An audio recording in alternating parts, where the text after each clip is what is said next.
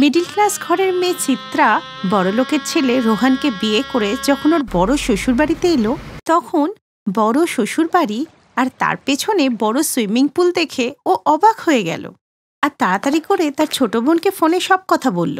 যাক দিদি, ভালোই হলো, এখন আর তোমাকে গরমে নদী বা পুকুরের মধ্যে স্নানের জন্য ছুটতে হবে না। ঠিকই বলেছিস রাধা, আমাকে আর বারে বারে গ্রামে যেতে হবে না। দাঁড়া, আমি এখনই ফটো তুলে তোকে পাঠাচ্ছি, ঠিক আছে? এইভাবেই কয়েকদিন কেটে গেলেও চিত্রা লক্ষ্য করলো যে বাড়ির কেউই সুইমিং পুলে তো স্নান করা দূরের কথা, তার আশপাশ দিয়েও হাঁটছে না। তাই সে ননদ অঞ্জনার কাছে যায়। অঞ্জনা দি, একটা কথা বলো, আমাদের বাড়িতে এত ভালো সুইমিং পুল আছে, কিন্তু কেউই স্নান করে না কেন? এই শুনে অঞ্জনা বলল, চিত্রা, তুমি এই কথা আজকে বললে, আর কিন্তু কোনোদিনও বলো না। এই বলে অঞ্জনা ওখান থেকে চলে গেল। অদ্ভুত তো, কি এমন জিজ্ঞেস করলাম। এইভাবেই সময় কেটে গেল। একদিন খুব গরম পড়েছিল আর রোহনেরও অফিস ছুটি ছিল।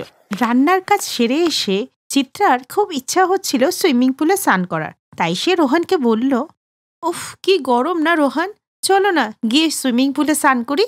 এই শুনে রোহন বলল, চিত্রা, ওই সুইমিং পুলটা আমাদের বাড়ির একটা শোপিস ভেবে নাও, তার থেকে বেশি আর কিছু নয়। আর সুইমিং পুলে স্নান করে কী বা হবে? আচ্ছা, আমি অফিসে যাচ্ছি, পরে কথা হবে। এইভাবেই দুদিন কেটে গেল আর চিত্রা নিজের ঘরে জানলা থেকে সুইমিং পুলটাকে দেখে বলল, হায় রে আমার পোড়া কপাল, আমার সাথে ওই কথাটা ঠিক যায়, লাগাল পেলাম কিন্তু খেতে পেলাম না। সামনে এত বড় একটা সুইমিং পুল, আমার সেই ছোটবেলার স্বপ্ন, একটা বড় শ্বশুরবাড়ি হবে, বড় সুইমিং পুল হবে। জবে থেকে এসছি শুধু ছবি তুলে পোস্টই করছি, নেবে স্নান আর করতে পারছি না। মায়ের কথা সবাই শোনে, যাই মাকে গিয়েই জিজ্ঞেস করি। এই বলে চিত্রা নিজের শাশুড়ির কাছে যায় আর শাশুড়ির কাছে গিয়ে সে সুইমিং পুলের ব্যাপারে জিজ্ঞেস করে। মা, আমি বলছিলাম কি, আমরা সবাই আজকে সুইমিং পুলে স্নান করি। কি বললে? Swimming pool? খবরদার বলছি, যদি আর একবারের নাম করো। শাশুড়ির ধমক শুনে ও ভয় পেয়ে যায় আর ওখান থেকে চলে যায়। বুঝতে পারছি না এদের কি হয়েছে, কেউই তো সুইমিং পুলে স্নান করতে চাইছে না। হয় স্নান করতে করতে বোর হয়ে গেছে, নয়তোবা ওরা সাঁতারই জানে না। তবে বলে দিচ্ছি, আমিও সবাইকে যদি এই সুইমিং পুলে স্নান না করাতে পারি, তাহলে আমার নামও চিত্রা নয়। এইভাবেই সময় কাটল। একদিন রাতের বেলা এসির গ্যাস শেষ হয়ে গেল, তাই ওর ঘুম আসছিল না। রোহান অফিসের কাজে ক্লান্ত ছিল বলে সে ঘুমিয়ে থাকে, কিন্তু চিত্রা উঠে পড়ে। কি গরম লাগছে বাবা, এই গরমে তো মনে হচ্ছে সুইমিং পুলে স্নান করলে ভালো লাগতো। আর তার সাথে একটা বড়লোক ফিলিংস আসতো। বাকিদের নিয়ে ভেবে লাভ নেই, এখন তো সবাই ঘুমোচ্ছে, আমি যাই।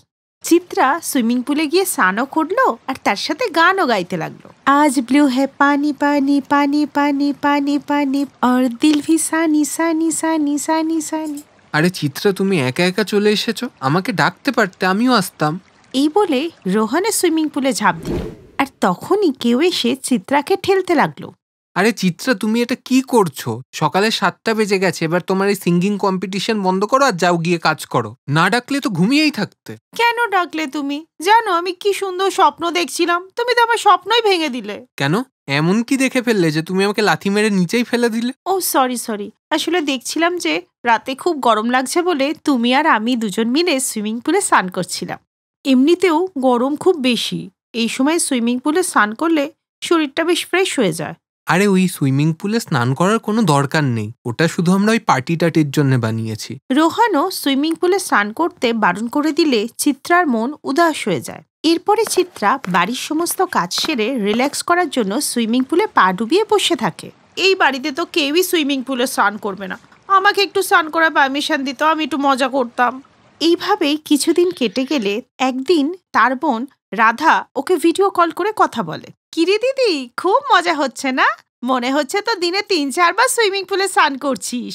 এই কথা শুনে চিত্রার চোখে জল এসে যায় আর ও নিজের বোনকে সব কথা বলে। ও, এইটুকু ব্যাপার? তাহলে তুই সুইমিং পুলটা পরিষ্কার করে নিজেই স্নান করে নে, অন্যরা করুক বা না করুক। এই কথাটা চিত্রার ভালো লাগে আর সে গিয়ে সুইমিং পুলটা পরিষ্কার করতে লাগে। তখনই ও শাশুড়ি ওখানে চলে আসে আর রেগে ওকে বলে, এটা কি করছো বৌমা, ছেড়ে দাও, তোমাকে সুইমিং পুল পরিষ্কার করতে হবে না, বলেছি না এ বাড়িতে কেউ সুইমিং পুল ইউজ করে না। মা, আপনি ইউজ করেন না তো কি, আমার তো এখানে স্নান করতে ইচ্ছা করছে। এই শুনে শাশুড়ি মা রেগে গিয়ে ওর ওপর জোরে জোরে চিৎকার করতে লাগলো। এই শুনে বাড়ির সব লোকেরা ওখানে চলে আসে। তোমাকে একবার বলে দিয়েছি যে এই পুল খোলা হবে না, মানে খোলা হবে না। কিন্তু কেন মা, কেন আপনি আমাকে বারণ করছেন?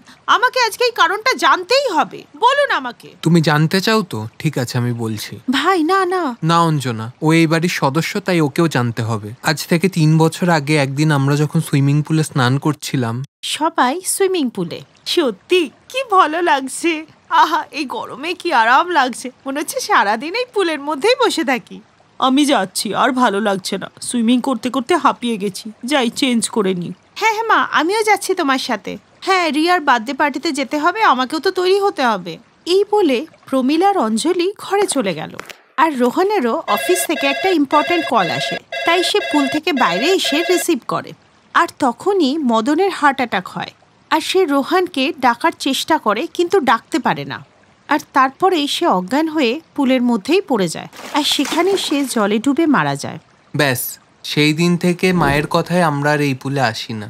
তখনই চিত্রা নিজের শাশুড়িকে বলে, মা, একটা দুর্ঘটনার জন্য তো আমরা বেঁচে থাকা ছেড়ে দিতে পারবো না। না, বাবার সাথে যেটা হয়েছে সেটা তো দুর্ঘটনা, তার জন্য তো কারোর দোষ নেই। ওনার ভাগ্যে এইভাবে মৃত্যু লেখা ছিল, তাই হয়েছে। তাই আপনার উচিত ওনার সাথে কাটানো ভালো মুহূর্তগুলো মনে করে খুশি থাকা, যেই মুহূর্তগুলো এই পুলে বাবা আর আপনি খুশিতে কাটিয়েছিলেন। তাও যদি আপনি বলেন, তাহলে আমি এই পুল কোনোদিনই ব্যবহার করব না। এই বলে চিত্রা উদাস হয়ে ওখান থেকে চলে যায়। আর প্রমীলা দেবীও বৌমার এই কথার অর্থগুলো বুঝতে পারে। তার সাথে এটাও যে বৌমার কত ইচ্ছে সুইমিং পুলে স্নান করার, তাই তিনি পরের দিনই লোক ডাকেন। বৌমা, তোমার খুব ইচ্ছা ছিল না সুইমিং পুল যাতে পরিষ্কার হয়ে যায়, তুমি তাতে স্নান করতে পারো? দেখো, আমি সুইমিং পুল পরিষ্কারও করে দিয়েছি আর ফিল্টারও লাগিয়ে দিয়েছি। আজকে থেকে যখনই তোমার ইচ্ছা হবে তুমি সুইমিং পুলে স্নান করতে পারবে। আর ওই দিন থেকে গরমকালে শ্বশুরবাড়ির সবার সাথে চিত্রাও সুইমিং পুলে স্নান করত। আর এইভাবেই ওরা রোজই সুইমিং পুলে স্নান করত, মজা করত, আর গরমও লাগতো না।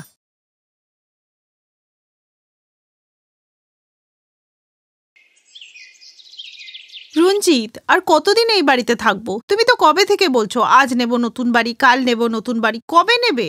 অঞ্জলি, শহরের মাঝখানে আমাদের এই বাড়িটা। এখানে সব সুযোগ সুবিধা আছে, এমন প্রপার্টি সহজে খুঁজে পাওয়া যাবে না। তাও তুমি যদি চাও তাহলে আমি জঙ্গলের মাঝখানে একটা বাড়ি কিনতে পারি। আরে তোমার কিসের সমস্যা? সমস্যা তো আমার, যে সারাদিনই একই বাড়িতে থেকে আমার তো দম বন্ধ হয়ে যায়। রোজ উঠে এক বাড়ি, এক পাড়া, এক লোক, এসবই দেখতে হয়। এরপরে রঞ্জিত প্রপার্টি ডিলারের সাথে কথা বলে, আর সে ওদেরকে নদীর ওপারের একটা জমি দেখায়। এই হারামজাদার ডিলার আমাদের কোথায় নিয়ে এসছে? এবার কি নিজের বাড়িতে নৌকা বেয়ে যেতে হবে? না না, আপনি দেখুন না, এরকম লোকেশন পাওয়াই যায় না। হোটেলওয়ালারা পেলে তো একেবারে ঝপ করে লুফে নেবে। নদীর তীরে বাড়ি, নাক খুললেই একেবারে ফ্রেশ অক্সিজেন। দেখো না রঞ্জিত, ঘরের সামনে দিয়ে নদী বয়ে যাচ্ছে। এখানকার বাড়িতে না সবার একটা করে পার্সোনাল রুম থাকবে, আর বারান্দায় দাঁড়ালেই নদীর ঠান্ডা হাওয়া। হ্যাঁ দাদা, আর ভাববেন না, নিয়ে নিন নিয়ে নিন। এরপর ডিলার আর নিজের বউয়ের কথায় রঞ্জিত নিজের সমস্ত জমানো টাকা দিয়ে ওই প্লটটা কিনে নেয়, আর শহরের বাড়িটাকে ভাড়াতে দিয়ে দিল। এর কিছুদিন পর, আরে তুমি তো অফিস যাচ্ছিলে, আবার ফিরে এলে যে? আরে ভোটের ওপর অনেক ভিড় ছিল, বসার জায়গাই পেলাম না। তো তুমি অন্য রাস্তা দিয়ে চলে যাও। তাহলে তো আমি হাফ বেলার পরে গিয়ে অফিসে পৌঁছাবো। থাক, আজ বরং ছুটি নিয়ে নি। হ্যাঁ, এটা ঠিক আছে। আর শোনো না, কালকে সকাল সকাল উঠে যেও, তাহলে বোটে তোমার নাম্বার এসে যাবে। আর আজকে একটু সবজি এনে দিও। রঞ্জিত কিছুক্ষণ পর বোটে করে সবজি আনতে চলে যায়, আর অনেকক্ষণ পরে অনেক সবজি নিয়ে বাড়িতে আসে। আরে এত সবজি! তুমি কি এখন নদীর পাড়ে বসে সবজি বিক্রি করবে ভাবছো? শোনো, রোজ রোজ ওই বোটে বসে লোকেদের সাথে ঝগড়া করে আমি সবজি আনতে পারবো না। তাই 2 সপ্তাহের সবজি একসাথে এনে দিয়েছি। তাই 15 দিন পর্যন্ত আর সবজি আনার কোনো নাম করবে না। এর 2 দিন পর, ওরে বাবা রে, মরে গেলাম রে, শুকিয়ে যাক এই নদী। কি হয়েছে মা? আরে ঘরে বসে বসে বোর হচ্ছিলাম, তাই একটু হাঁটতে বেরিয়েছিলাম। পুরো গলিতে নদীর জলে ভর্তি ছিল, আর ওখানেই পা পিছলে পড়ে গেলাম। আরে মনে হলো আমার কোমরটা গেছে, কেউ ডাক্তারকে ডাক না রে।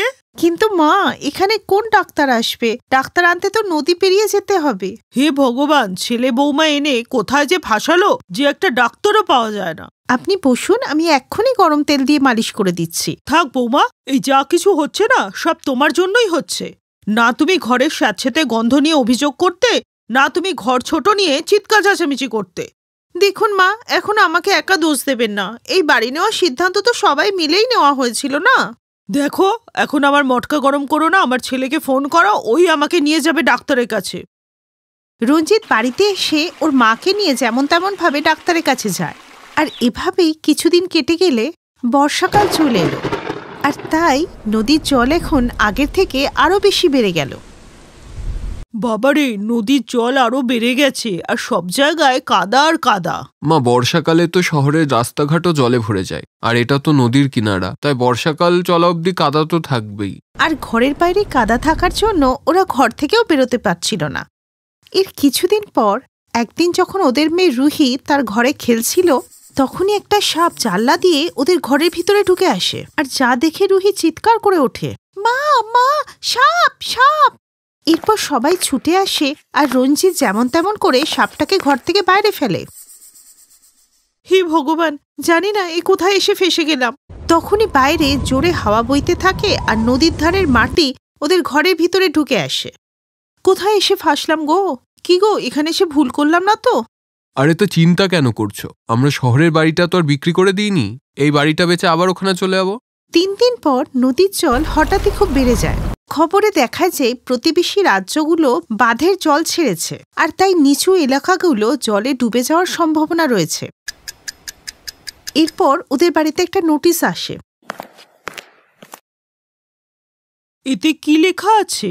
মা, এতে লেখা আছে যে আমাদের তাড়াতাড়ি এই বাড়ি ছেড়ে দিতে হবে, আর যদি তাড়াতাড়ি না ছাড়া হয় তাহলে পাশের রাজ্য থেকে ছাড়া জলের কারণে বন্যার ঝুঁকি বেড়ে যাবে, আর এই বাড়ি ভেসে গেলে কারুর প্রাণ চলে গেলে সরকারের কোনো দায় থাকবে না। আরে এইভাবে কিভাবে চলে যাব?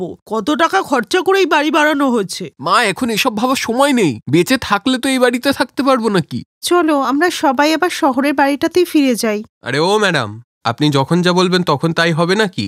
ভাড়াটেদের সাথে 1 বছরের কন্ট্রাক্ট আছে, তার আগে তুলে দিতে হলে না ওদের হাতে 1 বছরের ভাড়াটা দিতে হবে, এখন অন্য কোথাও থাকতে হবে। এরপরে ওরা বাধ্য হয়ে একটা ভাড়া বাড়িতে গেল, যেখানে বাড়িওয়ালা সবসময় খিচখিচ করত।